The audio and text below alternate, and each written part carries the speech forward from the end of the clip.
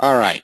Normally, I have you leave your questions till the end of the webinar, but we're going to try it a little bit different. If you have a question, you can raise your hand. You can type it right there into the GoToMeeting webinar dashboard.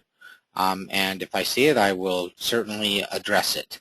We're going to start out today with just a quick overview of 2-axis and what's different between 2-axis versus 3-axis iMachining. And then we're going to jump into 3-axis iMachining. Shouldn't take that long. The longest portion of it is probably generating the toolpath.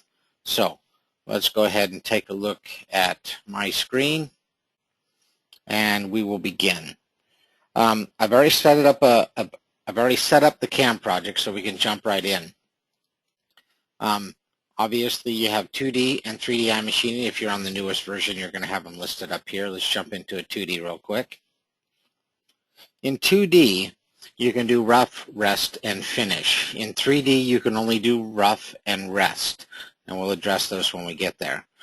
The reason you can do a finish inside of a 2D is obvious. I mean, these are straight walls, so we can finish that. In a 3D environment, you generally don't have straight walls, or you have very few straight walls.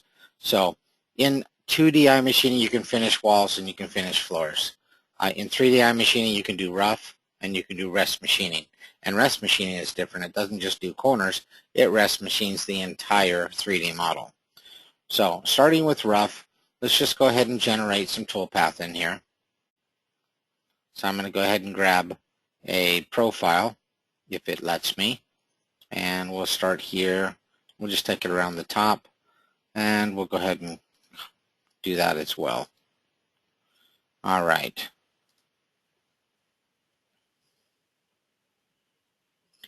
Tools, we'll grab this is a 130 fillet radius, so 1/4 inch will fit in no problem. Let's make something a little bit bigger. Let's use a 3/8.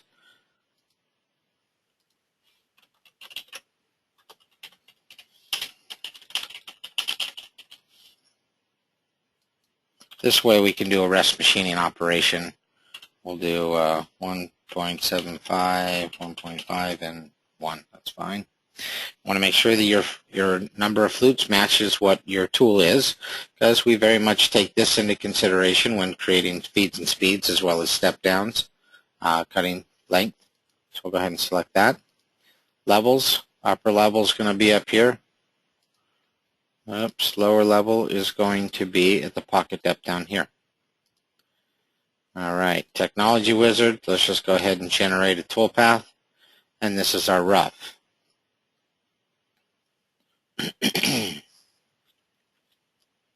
We'll turn that on, and you can see what it's doing. Does a nice little D-slot around here, isolates this so I can get into some actual race tracking, as we call it sometimes, and then in some more D-slotting here, some bigger D-slotting. This is actually channeling. This is race tracking when it's going all the way around. Then you get into some D-slotting. Okay, but if we were to run that in Verify, we'll obviously see that there is some material left over in the corners. And we don't need to show data right now. There's your channeling to isolate the island so that we can get into the faster race tracking motion. Do a little corner picking and then into the D-slotting. Now if we were to run rest material on that and zoom up here, we can clearly see we have some left over on the walls because we did a rough, and we have extra material in the corners that we'd want to use rest machining for. So let's do that real quick. We're going to do a save and copy. To basically copy that whole operation. We're going to change it over to a rest operation, and we're going to change tool sizes. Something that'll fit, like a 1/4 inch. So 250 for flute and mill. Already set here. We'll just do this 1.75 again, 1 inch and 4. That'd be fine. Levels, again, levels already set because we did a copy here. And this is already set. We're just going to go ahead and hit save and calculate.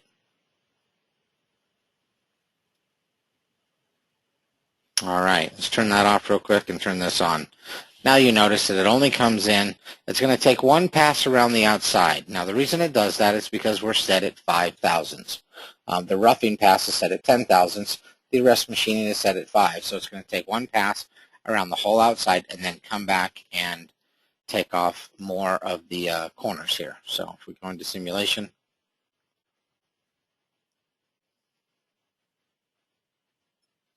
solid verify, everything kind of slows down a little bit when I'm inside GoToMeeting, so that's why we have to wait a little bit longer. Oh, it's a little too slow. There's your 5 thousandths pass, and then it goes back in and whittles out the corners. So that's your rest operation. And of course, you can throw on a finish simply by doing the same thing. You can do a save and copy, and then simply switch it to finish. And you can finish with the same tool. We'll go ahead and let this finish here. Crank that down. We'll close this. I'm going to do a save and copy. We'll save that whole thing, bring up another one, and I'm going to simply change it over to finish. Save and calculate. So with 2D, you're picking geometry, and then you're managing whether or not you're going to pick the corners and stuff. So there's a finishing toolpath. It will pick more in the corner because remember there's 5 thousandths along that wall, and we don't want to over-engage the tool. So if it has to, it will do some corner picking just to make sure that you're not over-engaging the tool. Okay, it happens very quickly, so we'll just go ahead and run this, and then we'll jump into a 3D toolpath. I do this because I want to show you the differences between 2D and 3D. So it's going to corner pick them, and then it's going to come back and do a nice cut along the whole outside of the wall. And here, let's pause that for a second. Now we'll show data. We're still only at 12 seconds to do all that stuff, so it looks like it's doing a lot of work, but it's doing it very quickly. So once the corners are done, one finish pass, 25 seconds, and you've finished your wall. So, and you can also finish the floor in the same pass if you'd like. So let's take a look at 3D. Go ahead and close that one.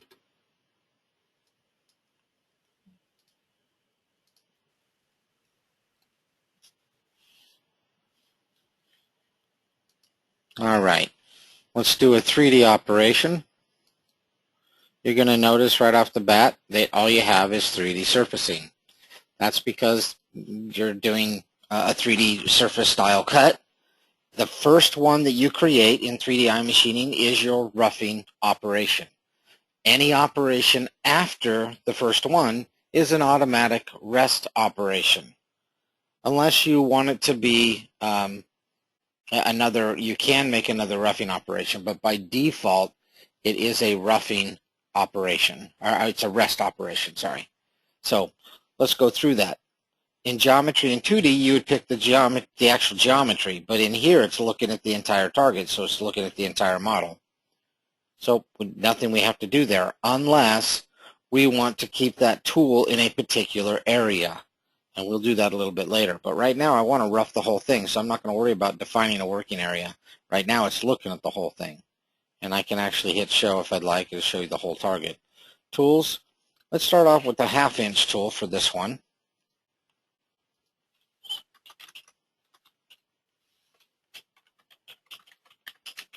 I use end mills a lot of time for roughing, or bull nose with very small tip radiuses because they have less pressure on the tool. Let's do 2, 1.75, and 1.5 is a typical cut length for a 1/2 inch because it's always 3 times the diameter of the tool for a typical tool. Go ahead and select that. Levels. The only time you're going to use levels, it's just going to automatically pick top to bottom. Okay, and so it's going to analyze the whole part. But if you wanted to only cut from there down to there, you can set the levels. Okay, in here I don't need it really analyzing the whole part all the way down, not that it matters. So if I wanted to, I could pick my upper level here. That's the highest point on my part. And really the toolpath only needs to come down to, well, the bottom of that arc right there, which is approximately -710. So what I'm going to do is put in a -750 just to make sure I get all of it. And Technology Wizard again, it's set at 8. Now we'll talk about what's inside Technology here in a second. Let's go ahead and generate this first one.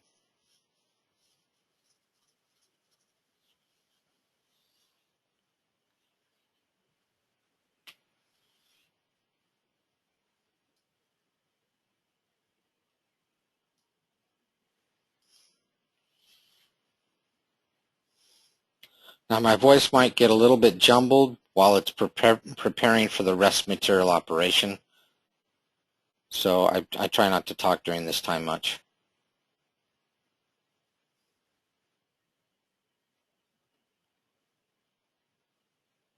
And that's due because of using GoToMeeting with calculations.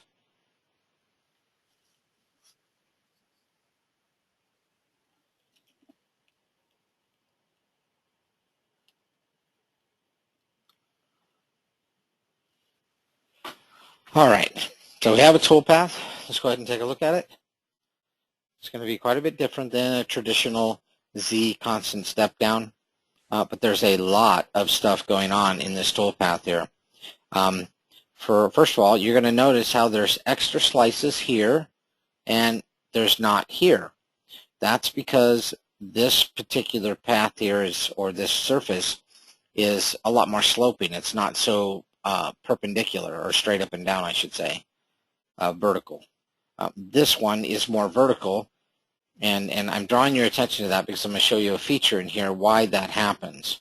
Because we're always trying to stay, we're creating stair steps on the entire part, but the peak of the stair as well as the corner of the stair, at the bottom of the stair, we're trying to stay away by a certain amount. We have two settings for each, one for each of those, so two settings total.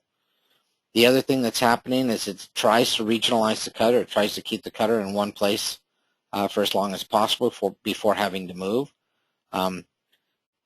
It's an extremely intelligent toolpath, so they take a little bit longer to run. Let's go ahead and we'll go into that real quick, and we'll go ahead and simulate it. Solid verify. And let's go ahead and run it. I'll crank that up.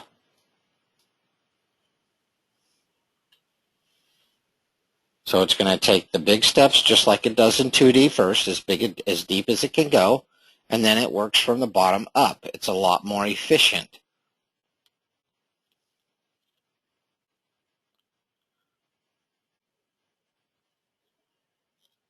Notice how you see some smaller steps and some bigger steps, and I'm going to explain that as soon as this is done.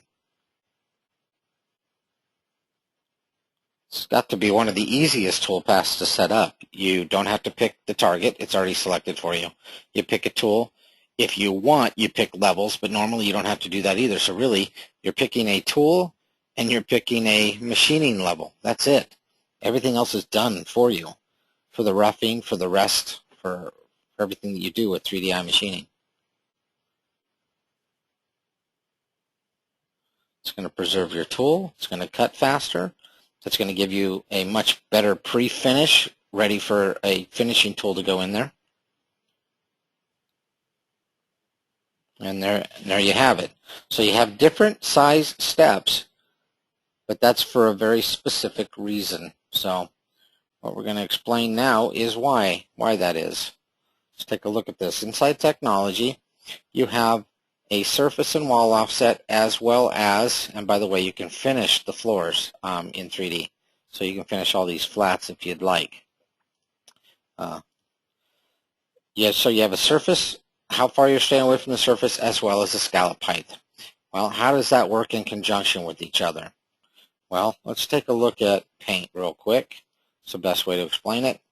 Let's say this is your surface, okay? And you want to stay away from the surface by that 15 thousandths. That is going to be the bottom of the stairs. So if we were to create stair steps off of here, like this, these are your different stairs, okay? So the distance between this point and this point is that 15 thousandths, okay? They're both set at 15 though. So, and then of course we have the other tolerance, which is right here to this place here. I'm sorry, it's actually to this, not down to here. So I said that wrong in the last webinar. So this distance, the actual scallop height this way, is also 15 thousandths. So what do you get? You get the bottom of the step, which is 15 thousandths away from the surface, but the top of the step is 30 thousandths away from the surface. So that is how these numbers work with each other. So if you want smaller steps, change this scallop height down even smaller, and you're going to get a lot more steps in there, a much better pre-finish. Okay, you also have a scallop tolerance, which you can set down to 10, but this generally runs a lot longer. It takes a lot longer to finish, but it is a nicer finish. So that is all you really have to worry about in 3D. This stuff is the same as 2D. All the same stuff as the 2D is the same as the 2D. Now this is something I do change from time to time, but I change this on 2D as well.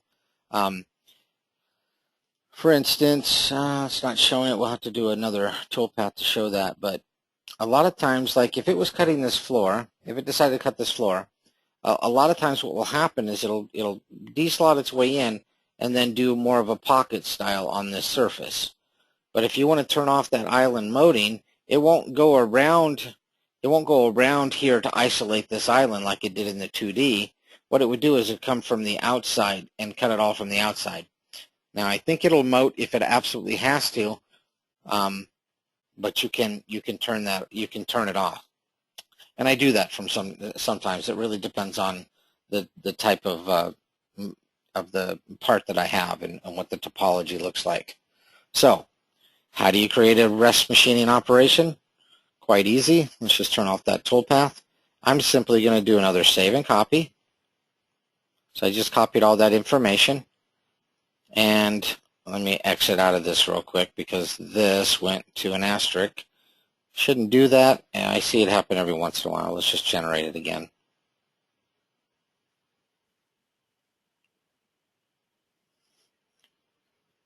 For some reason, it happens when it's the very first one on the list, and it only happens sometimes. I think it's when I exit this. If I was to create it and then go right to save and copy, it's fine, but for some reason when I exit, it's the very first one that it does it to. But you do need to generate this one in order for the second one, which is now going to become an automatic rest operation. You do need the first one calculated, otherwise it doesn't know how to calculate the second one. So, almost done here. Like I said, there's a lot going on, and when we get into the second one to generate it, it's going to take a little bit of time because it's really has to look at the entire part, find out what material is left over, where it's at. Okay, so let's turn our toolpath on, make sure it looks good. Yep, it's fine. So now we are in this one. So we did a save and copy, so it copied all that information. This time, like I said, you don't need to come back up here because it's automatically become a rest operation because it follows a rough. But what we do need to do is change tool size. So let's change this down to, I don't know, we could do a quarter. Let's go and let's take it all the way down to 1/8 of an inch. Because we're managing tools engagement, it doesn't matter how small you go. We're never going to over-engage the tool, so you can take it all the way down to the finishing tool path if you wanted, the finishing tool size. So let's do 1.5, 1, and I don't care, 4 flutes, that's fine. That's what I care about. Levels, those are still the same. Technology is still the same. Not going to worry about it. I'm just going to generate it. Now, when I generate this, the first thing that's going to pop up is it has to calculate the rest material operations. That's going to take probably a minute, maybe 2.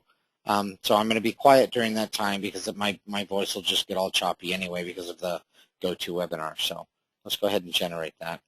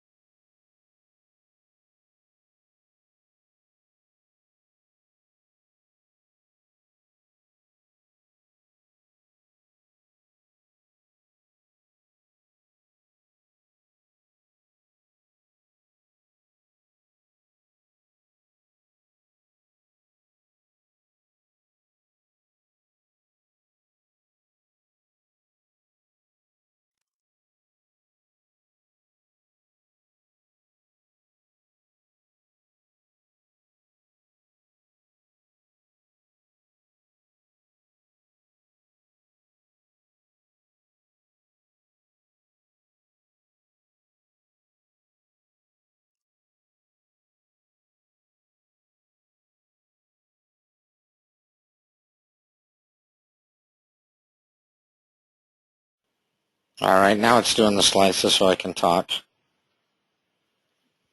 I don't know, that was probably about a minute, maybe minute 15 or something.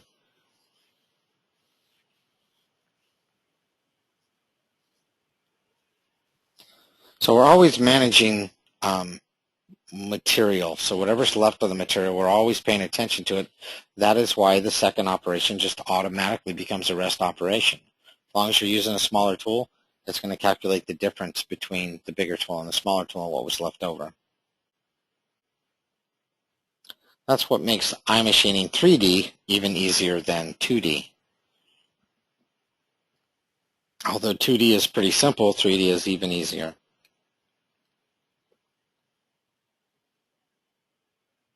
It should be done soon, and we'll get into and we'll verify it. I'll take a look at it first, and then we'll verify it.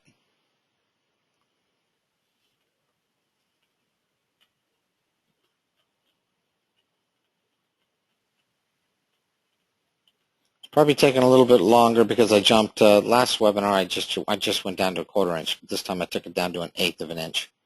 I want to get a little more fine finish inside there, and then maybe I'll finish up with. There's still some areas that I'll need to do with the even smaller tool. But no matter how small a tool you go down to, you don't have to worry about it because of the management of the tool's engagement.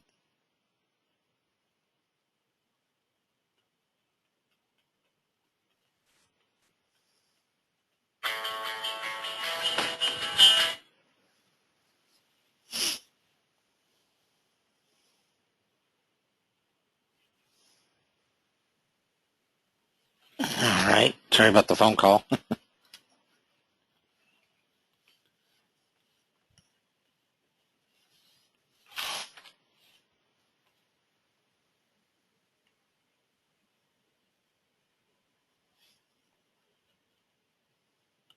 And remember, there's a lot of stuff being calculated here, which is why a 3D iMachining toolpath is definitely going to take, probably it's going to be one of the longer toolpaths depending on how intricate the part is.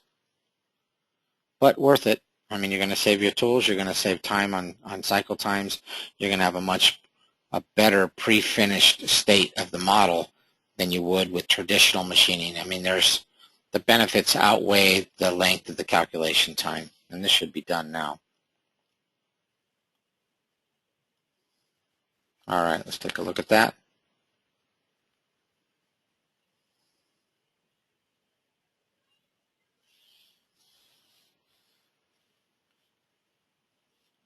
Take a little bit to display the toolpath. Again, everything kind of slows down a bit when I'm using GoToWebinar, so I can't do much about it. But this is a perfect example of, it's taken some off the floor. This is basically what it would do if you selected no to the island moding. A lot of times what will happen is it'll do more of a pocket style in here, but notice how this is more of a profile style. That's what I was getting at earlier. But let's go ahead and take a look at simulation here.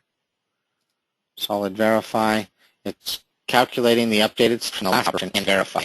This is different than calculating the toolpath.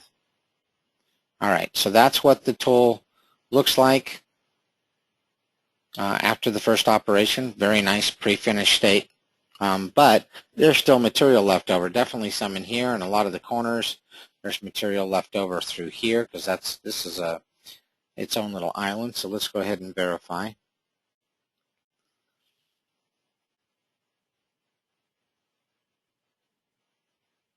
Does its deslotting. Oops, there we go. Take a look at this.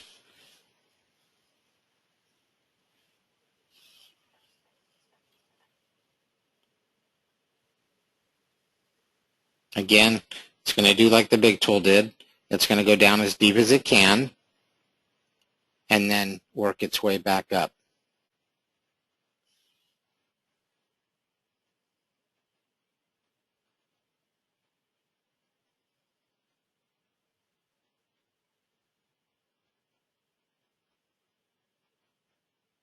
Because we didn't set a different tolerance or anything, it's still using the same stairs that the bigger tool used.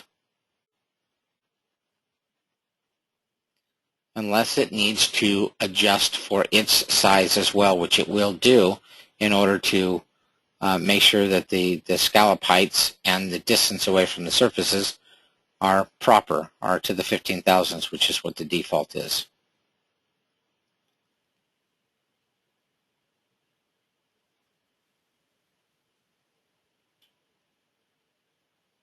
And even that tool looks a little big to make it all the way down but through there, because there are fillets in there. And we could do it a 16th end mill on the entire part, but if we needed to define just a working area just in a specific spot, we can do that inside the geometry for the working area, and that's what we're going to do next here. We're going to let this go ahead and finish, though, because then we don't have to calculate updated stock. If you let this program run all the way through, when you initially come in here, it's a lot faster with displaying the model. If not, then it has to do a REST calculation on it inside Solid Verify.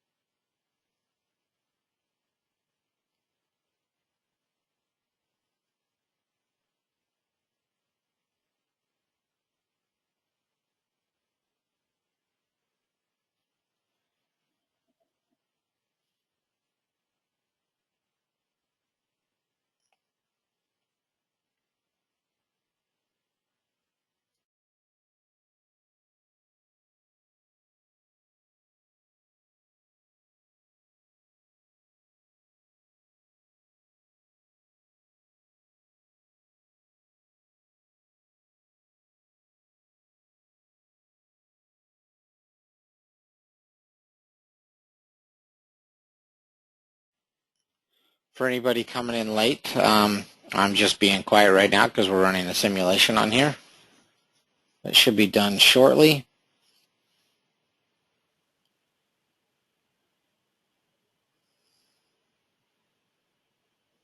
See how it regionalized the cutter? It really starts to, it just works in that one area as much as possible instead of jumping, staying at one layer and jumping all over the part and doing each layer.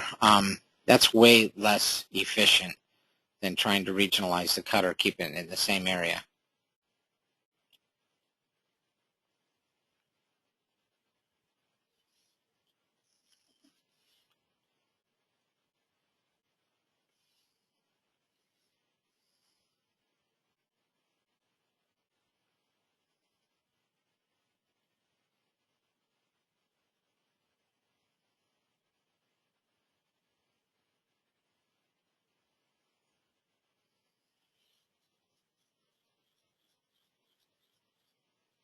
Last webinar I got asked if older machines will run this. Most older machines will. If you're working with something that's extremely old, you may not have the look ahead. iMachining toolpaths are a little bit longer. Actually, they can be quite a bit longer than traditional toolpath. However, I haven't had any negative feedback yet so far. I haven't had anybody come back to me and say, well, it's just too big a toolpath. There's too much of it. A machine's not running it. Just haven't had that. In fact, just the opposite. They've been amazed at how well their older machines are being utilized to maximum benefit. In fact, one guy last webinar had a Mazak, a 1990 Mazak, and he was a little worried about it. Not even a hiccup. It ran great.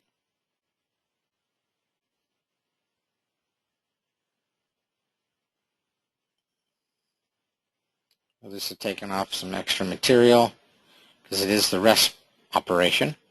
So I want to make sure that you're 15 thousandths away.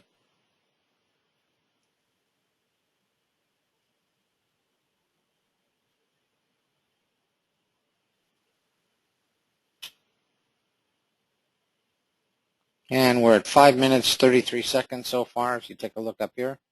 So even though it looks like the tool's doing a lot of work, it's really not taking a lot of time to do that. I'll have to do that to the other side too, but we're really close here. We should be finished here shortly. Notice how it's managing that tool's engagement in there, making sure you're not taking too much.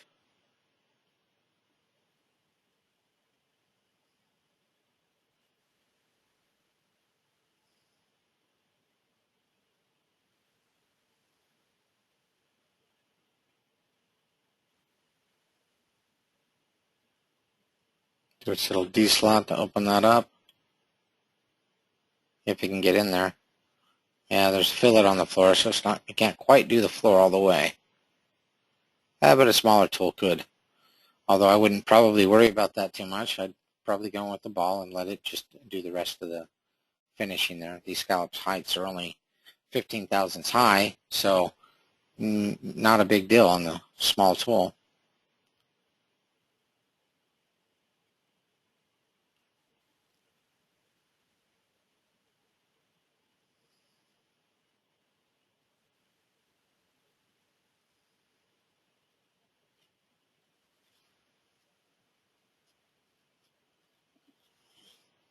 So that leaves it in a very good pre-finished state. Besides just roughing, that's a semi-rough as well, or a pre-finish as they call it.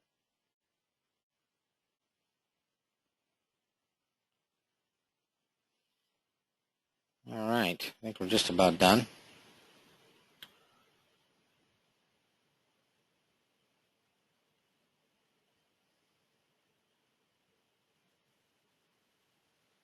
It's very thorough.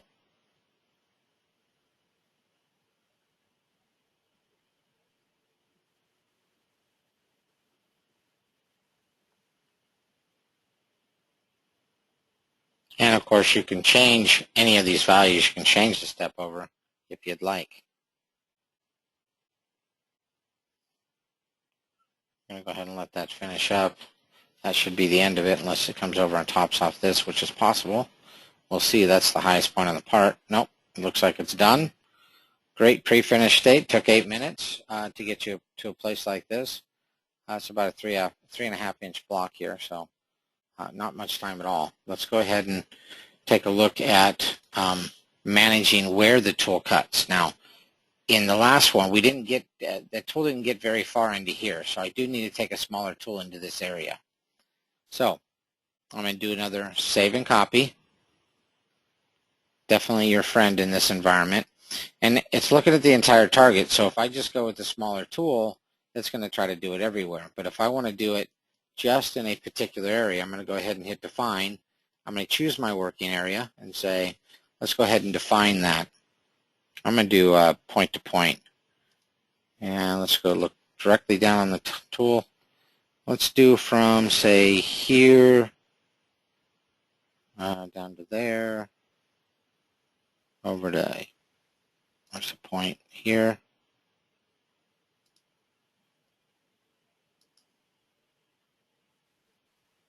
Oops, come on, grab that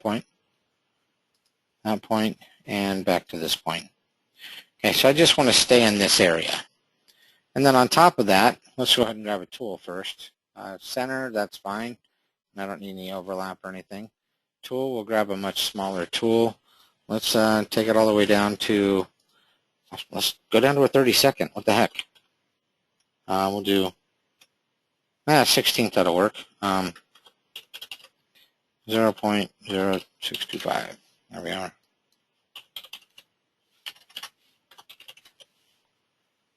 And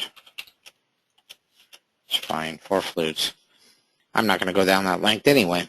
So for the levels, I'm going to say, well, yeah, I still want to cut or start cutting here. That's fine. We can start looking at it from there down.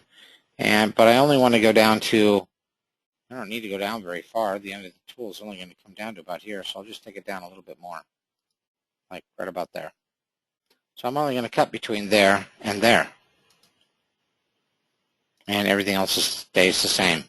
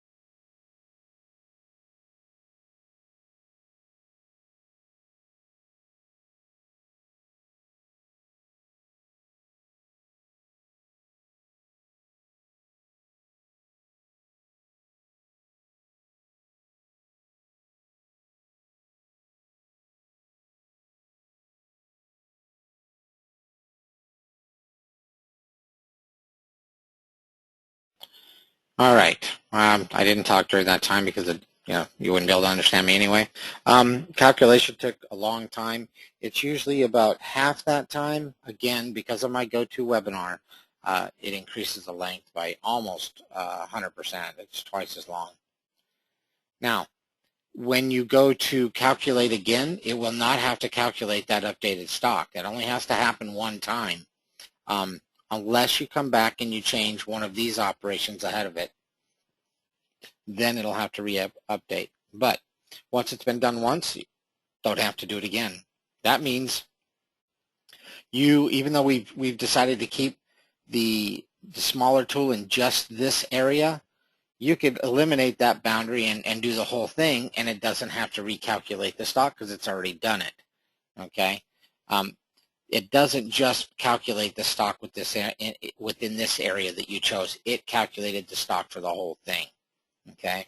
So let's take a look at Solid Verify again. All right. Yeah, we'll slow it down a little bit.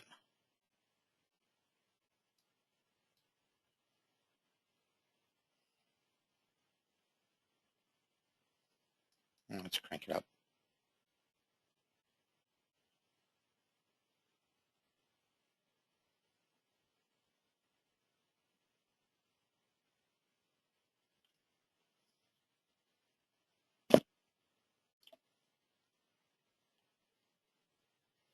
You can do this with ball nose tools. They will give you a message letting you know that the scallops on the ball on the bottom of the tool are going to be a lot bigger. It's not something we can manage if you're going to use a ball tool.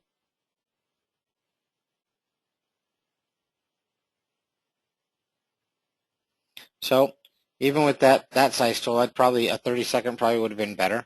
But now you can see that you can decide to go into a certain area.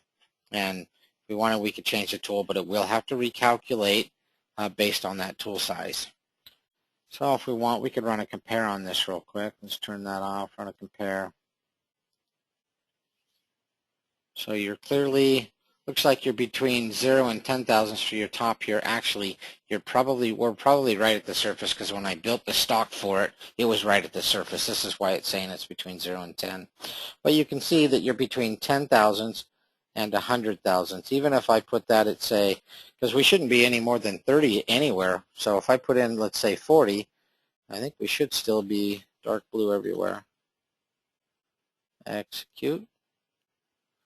Oh, okay, so we have a little extra material over here. So you can see that based on that tool size, the 1/8" tool did a really good job of getting the majority of the material out of there, almost everywhere. So there was a good tool to use. So we have a little excess material here that's between 40, or it's over 40. So let's see what it is. Let's try 60. Okay, that pretty much cleans it all up. So it's about, in certain areas, you're looking at about 60 based on that tool size. So let's do 30 and see what, that was the original setting. So with that tool, you're leaving a little more than 30, about between 30 and 60 thousandths in the grain areas based on that last tool that was used. So you can get a really good idea of what material's left over, and you can even see right here, this is a great view here. You can see where the blue is. You can see where your surface is. See here?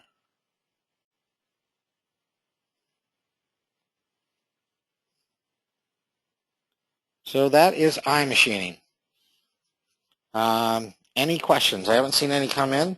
I'll wait a few more minutes. I did leave my email address in the main GoToWebinar dashboard. If you don't see it, it is darrin.bryan@solidcam.com. That's darrin.bryant@solidcam.com. If you want to request this video or any other videos from any of the webinars, go ahead and shoot me an email and I'll forward that out to you. Or if you have additional questions, go ahead and ask me through email as well.